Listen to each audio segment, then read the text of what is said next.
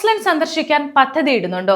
അല്ലെങ്കിൽ നിങ്ങളുടെ ബന്ധുക്കളെയോ സുഹൃത്തുക്കളെയോ ന്യൂസിലൻഡിലേക്ക് കൊണ്ടുപോകാൻ അപേക്ഷിക്കാൻ ഒരുങ്ങുകയാണോ? എങ്കിൽ നിങ്ങൾക്ക് ഏറെ പ്രധാനപ്പെട്ട ഒരു വാർത്തയാണ് ന്യൂസിലൻഡിൽ നിന്നും പുറത്തു വരുന്നത്. ന്യൂസിലൻഡ് ഗവൺമെന്റിന്റെ ഇമിഗ്രേഷൻ വിഭാഗം വിസിറ്റർ വിസ അപേക്ഷാ പ്രക്രിയയിൽ വളരെ വലിയൊരു മാറ്റം പ്രഖ്യാപിച്ചിരിക്കുകയാണ്. വർഷങ്ങളായി ഉപയോഗിച്ചിരുന്ന പഴയ ഓൺലൈൻ വിസ ആപ്ലിക്കേഷൻ സിസ്റ്റം പൂർണ്ണമായും അവസാനിപ്പിക്കാൻ ഒരുങ്ങുകയാണ് അധികൃതർ. പകരം അത്യാധുനിക സംവിധാനമുള്ള എൻഹാൻസ്ഡ് ഇമിഗ്രേഷൻ ഓൺലൈൻ സിസ്റ്റം പൂർണ്ണമായി നിലവിൽ വരുന്നു. അപേക്ഷകൾ നിരസിക്കപ്പെടാതിരിക്കാനും തടസ്സമില്ലാതെ വിസ ലഭിക്കാനും നിങ്ങൾ നിർബന്ധമായും അറിഞ്ഞിരിക്കേണ്ടുന്ന പ്രധാന തീയതികൾ ഏതൊക്കെയാണ്?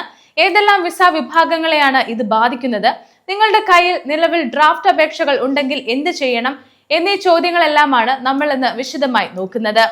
ആദ്യം തന്നെ എന്താണ് ഈ പുതിയ മാറ്റമെന്ന് കൃത്യമായി മനസ്സിലാക്കിയിരിക്കണം.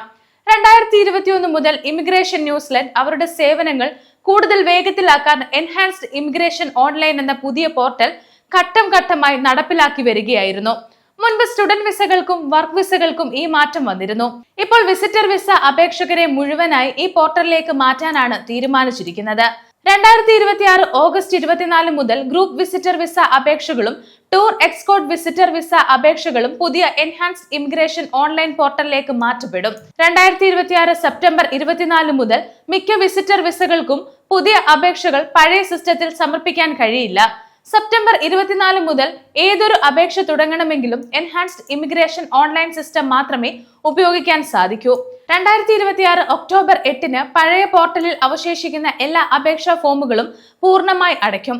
ഏറ്റവും പ്രധാനപ്പെട്ട കാര്യം, പഴയ സിസ്റ്റത്തിൽ സമർപ്പിക്കാതെ പൂർത്തിയാക്കി വെച്ചിരിക്കുന്ന അപേക്ഷകളുണ്ടെങ്കിൽ അവ ഒക്ടോബർ 8-ഓടെ സിസ്റ്റത്തിൽ നിന്നും എന്നേക്കുമായി ഡിലീറ്റ് ചെയ്യപ്പെടും. ഏതൊക്കെ വിസകളെയാണ് ഈ മാറ്റം ബാധിക്കുന്നത് എന്ന് നോക്കാം. Standard visitor visa, business visitor visa, academic visitor visa, parent and grandparents visitor visa, medical treatment visitor visa, guardian visitor visa, sports and arts event വിസകൾ തുടങ്ങിയവയെല്ലാം ഇതിൽ ഉൾപ്പെടുന്നു. അതേസമയം ഇതിനകം തന്നെ ചില വിസകൾ പുതിയ പോർട്ടലിലേക്ക് മാറ്റിയിട്ടുണ്ട്.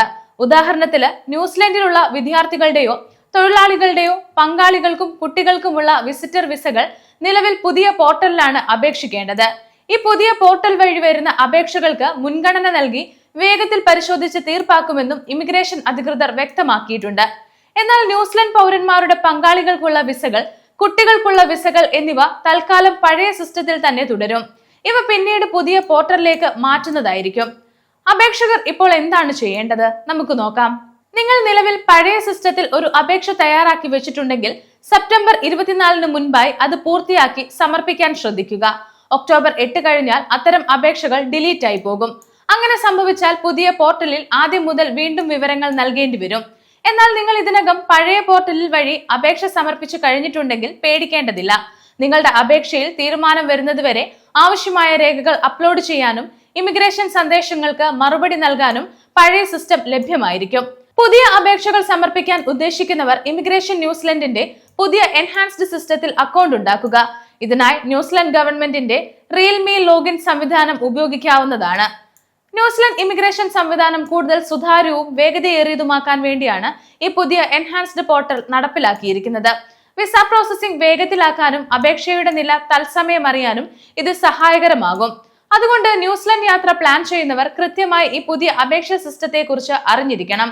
ഒപ്പം അപേക്ഷിക്കാൻ തയ്യാറെടുക്കുന്നവർ സെപ്റ്റംബർ 24, ഒക്ടോബർ 8 എന്നീ തീയതികൾ പ്രത്യേകം ഓർമ്മയിൽ വെക്കുക.